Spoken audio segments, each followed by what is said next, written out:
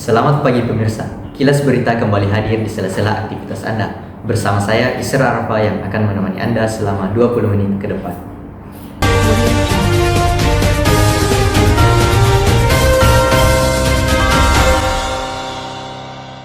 Mengaku sakit hati soal pengurangan tenaga kerja staf dan petugas keamanan. Seorang satpam nekat bakar pabrik tas tempat ia bekerja. Memang ia sudah merencanakan aksinya melakukan pembakaran sehari sebelumnya.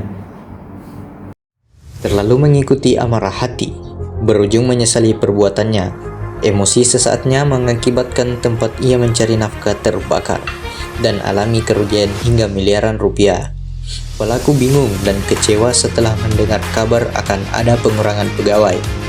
Terlebih sehari sebelumnya, pelaku dan rekannya sempat dipanggil HRD soal ada pengurangan tenaga kerja staf dan petugas keamanan.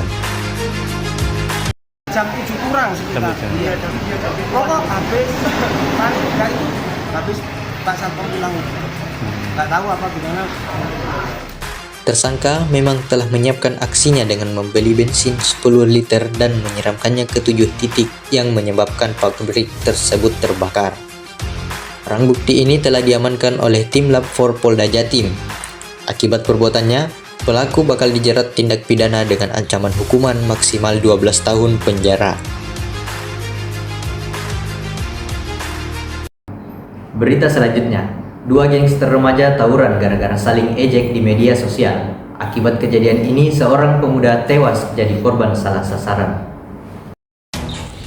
Bukan main mengerikannya, aksi 2 gangster yang tawuran akhir pekan lalu di Cimanggis, Kota Depok, Jawa Barat.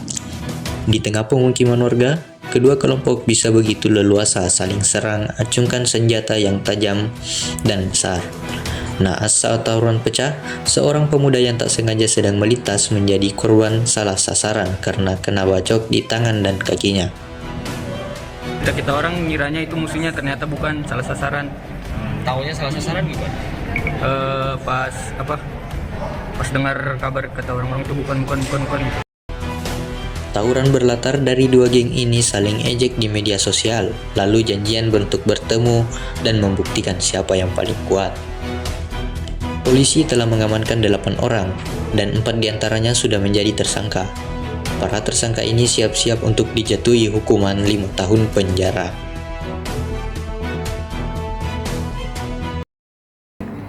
Pembongkaran lapak perdagangan berujung ricuh. Situasi makin panas terlebih saat petugas mencoba memblokade jalan yang sempat dibuat berjualan di kawasan Tugu Religi Jalan Abu Nawas, Kota Kendari, Sulawesi Tenggara. Kericuhan ini terjadi karena para pedagang protes. Petugas tak memberikan mereka solusi di mana mereka akan berdagang ketika lapak mereka akan dibongkar. Alasan pembongkaran karena Tugu Religi sudah terlihat kumuh sehingga akan ditata ulang.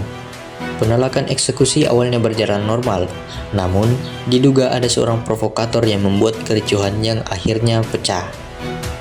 Lapak itu adalah milik pemerintah, tapi provinsi, tapi PJ Wali Kota yang ingin membubarkan.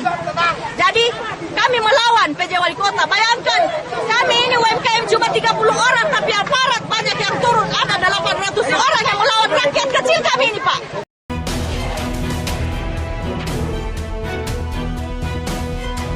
Berita tadi sekaligus menutup berita kita kali ini.